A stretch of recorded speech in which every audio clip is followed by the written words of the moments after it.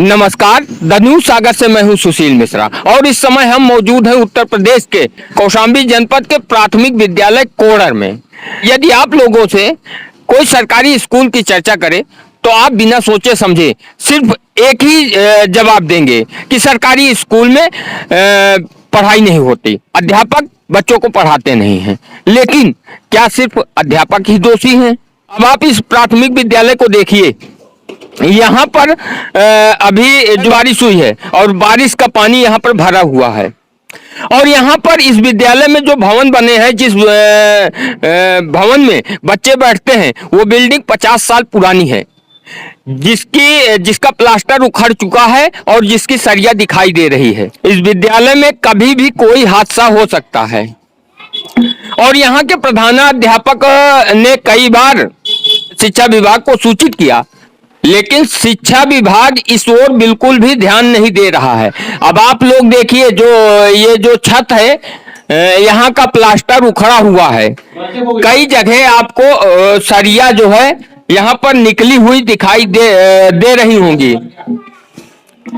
अंदाजा लगाया जा सकता है कि इस छत का जो है प्लास्टर निकल चुका है और सरिया में जंग लग चुकी है, जिससे कभी भी कोई हादसा हो सकता है।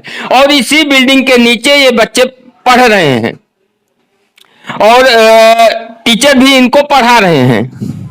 हम इनसे भी बात करने का प्रयास करेंगे कि अभी तक प्रधानाध्यापक के खाते में बच्चों के ड्रेस का पैसा भेजती थी, तो मीडिया से लेकर कई लोग प्रधानाध्यापक के ऊपर आरोप लगाते थे ड्रेस वितरण में भ्रष्टाचार होता है और प्रधानाध्यापक बच्चों के आए हुए ड्रेस के पैसों को खा जाते हैं।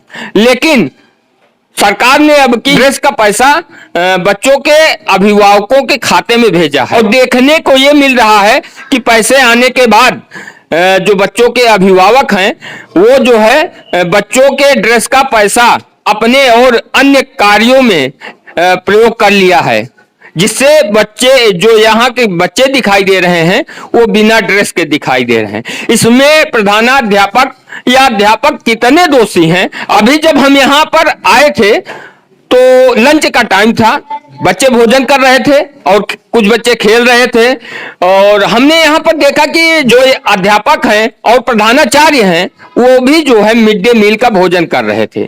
तो हमने एक सवाल किया, सर आप लोग जो यहाँ पर भोजन कर रहे हैं, क्या घर से खाना भोजन करके नहीं आते?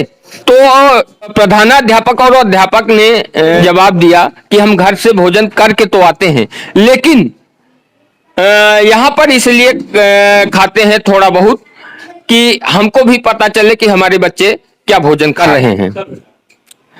और सर ये बताएं, आपका नाम? गणेश प्रसाद मेरा नाम। गणेश जी, ये बताएं कि आप जिस बिल्डिंग में बच्चों को पढ़ा रहे हैं, वो बिल्डिंग जो है बेहद ही कमजोर है, उसकी छत की सरिया जगह जगह से दिखाई दे रही है। ऐसे में क्या बच्चों के लिए या आपके लिए खतरा नहीं है? हाँ सर, खतरा तो है। फिलहाल में भी हम लोग 2-3 दिन हुए अटैच हुए विद्यालय में। इसके पहले हम दूसरे जनता ने पढ़ा रहे थे, तो वहाँ ट्रांसफर होकर आए हैं। तो देखें तो हाँ, वास्तव में स्थिति वैसे दिख रही, जर्जर थोड़ा दिख रहा है भवन। तो इससे बच्चों को खतरा तो है। बारिश का समय भी चल रहा है, इसको देखते हुए तो भाई बच्चे हैं, इनको जानकारी नहीं, लेकिन विभाग के अधिकारियों को जानकारी लेनी चाहिए इसके बारे में। जो बच्चे हैं यहाँ पे, ये है यहाँ से जाने के बाद कितने घंटे पढ़ते हैं या खेलते हैं, कोई कहने या बताने वाला नहीं होता, तो कैसे इनको आप मोटिवेट करते हैं? सर बच्चे फिलहाल में ग्रामीण परिवेश के बच्चे हैं, तो इन लोगों को विशेषकर इनके माता पिता भी शिक्षित नहीं होते हैं, वो भी अपना खेती बाड़ी में ही ध्यान लगाए रहते हैं। बच्चों को ज़्यादा से ज़्यादा काम नहीं करवाया जाता, भी बाकी बच्चों को होमवर्क दिया जाता है, तो होमवर्क करके जो बच्चे आते हैं तो उनका होमवर्क चेक किया जाता है। बच्चे ऐसे बच्चे होते हैं जो होमवर्क नहीं करके आते, फिर उनके लिए अलग से जो तो उनके लिए उपचारात्मक शिक्षा के माध्यम से उनको पढ़ाया जाता है। जी सर। अभी हम आप लोगों को यहाँ जो शौचालय है उसमें सफाई की भी अव्यवस्था है, और उसका कारण ये है कि अभी तक ये विद्यालय गांव में जो अटैच था, लेकिन अब यह विद्यालय नगर पालिका में आने के कारण जो है सफाई कर्मी भी नगर पालिका से आते हैं जो नियमित नहीं है। लगभग 3 से 4 दिनों बाद हमने प्रधानाध्यापक जी से जब बात की तो उन्होंने बताया कि लगभग 3 से 4 चौथे दिन सफाई कर्मी जो है आता है सफाई करने के लिए, और कहने के बाद भी वो नियमित नहीं आता। तो शौचालय जो है उसकी भी जो है स्थिति बहुत अच्छी नहीं है, जिससे बच्चों को परेशानी होती है। फिलहाल यहाँ पे ताला बंद है, अब अंदर तो नहीं दिखा सकते। अब आप लोग देखिए कि चारों तरफ से जो है यहाँ पर पानी भरा है। जैसे कि आप लोगों को सभी लोगों को पता है कि कोई ना कोई बीमारी हमेशा जो है इस समय आती रहती है। इसके पहले कोरोना था, तो ऐसे में साफ सफाई का, नियमित साफ सफाई का न होना ये बहुत ही गलत है। और हमारे साथ यहाँ के जो है प्रधानाचार्य जी हैं। सर, स्वागत है आपका। जी जी जी। सर, ये बताएं कि शौचालय में नियमित जो है सफाई नहीं होती, क्या कहना है आपका? सफाई सर, इसके बारे में ये कहना है कि जो सफाई कर्मी है वो नियमित रूप से विद्यालय में आता नहीं है ना। तो अभी आपने जो है सफाई कर्मी के खिलाफ क्या शिकायत की? सफाई कर्मी के खिलाफ जो है उसको बार बार कहा जाता है, तो उसका कहना ये है कि सर मैं अकेले हूँ और मेरी ड्यूटी यहाँ भी रहती है और कई स्थानों पे लग जाती है गांव में, तो ये वो कारण मतलब ये बताता है, इसीलिए हम आ नहीं पाते हैं जी। कितने बच्चे हैं इस विद्यालय में? 225 बच्चे हैं इस समय सर जी। अध्यापक कितने हैं? अध्यापक सर वैसे तो 3 सहायक अध्यापक, 1 शिक्षा मित्र हैं, और अभी 3 अध्यापक जो है वो अस्थायी रूप से यहाँ पे अटैच किए गए हैं।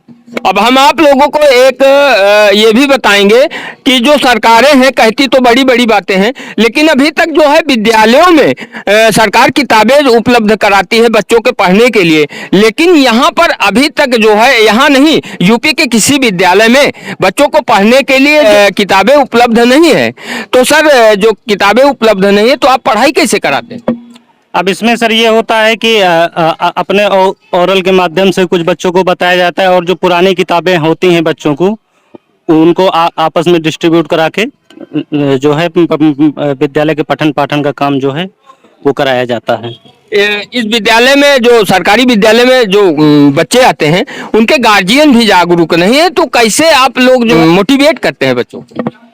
अब ये नियमित रूप से हम लोग जो है जो भी विद्यालय के पास का गांव होता है जहां से बच्चे विद्यालय में आते हैं, उस गांव का जो है हम लोग भ्रमण करते रहते हैं, और जो बच्चों के गार्जियन होते हैं उनसे जो है संपर्क हमेशा जो हम लोगों का संपर्क बनाए रखते हैं, जिससे ये होता है कि बच्चे विद्यालय आएं और शिक्षा दीक्षा प्राप्त करें।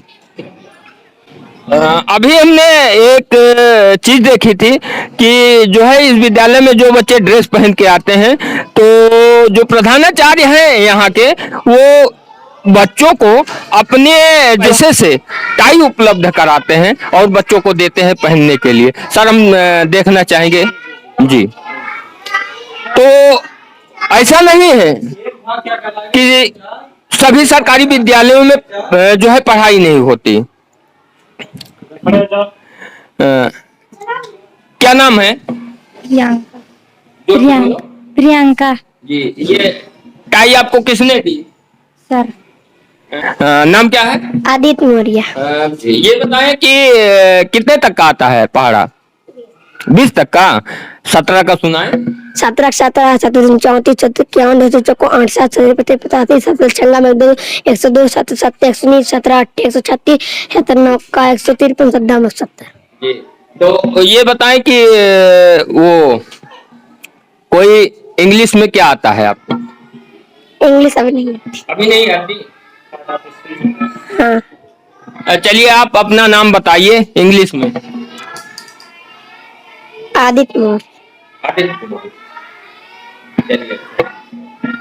तो यहाँ पर जैसा कि आप देख रहे हैं, प्रयास कर रहे हैं अध्यापक महोदय की लगातार बच्चों को गाइड करने के और शिक्षा जो है पढ़ाई कराने के लिए। अब आप लोग देखिए, हमारी सरकारें ढिंढोरा तो बहुत पीटती हैं, लेकिन सच में क्या जमीनी स्तर पर जो है विद्यालयों को वो सुविधा उपलब्ध करा पाती हैं? मिड डे मील की स्थिति ये है कि अगर किसी विद्यालय में मिड डे मील नहीं बनता है तो वहां के प्रधानाध्यापक के विरुद्ध कार्रवाई होती है, लेकिन हमारी सरकारें जो है मिड डे मील का पैसा 2 से 3 महीने में प्रधानाध्यापक और या प्रधान जो होते हैं या यहाँ तो फिलहाल नगर पालिका है तो प्रधानाध्यापक के खाते में भेजती हैं। तो क्या प्रधानाध्यापक महोदय अपनी जेब से मिड डे मील बच्चों को खिलाएं? बहुत सी ऐसी कमियां हैं जिनमें सुधार होना चाहिए। और आप लोगों से इतना कहेंगे, यदि वीडियो पसंद आए तो कृपया वीडियो को लाइक करिएगा और हमारे चैनल द न्यूज सागर को सब्सक्राइब करना न भूलिए।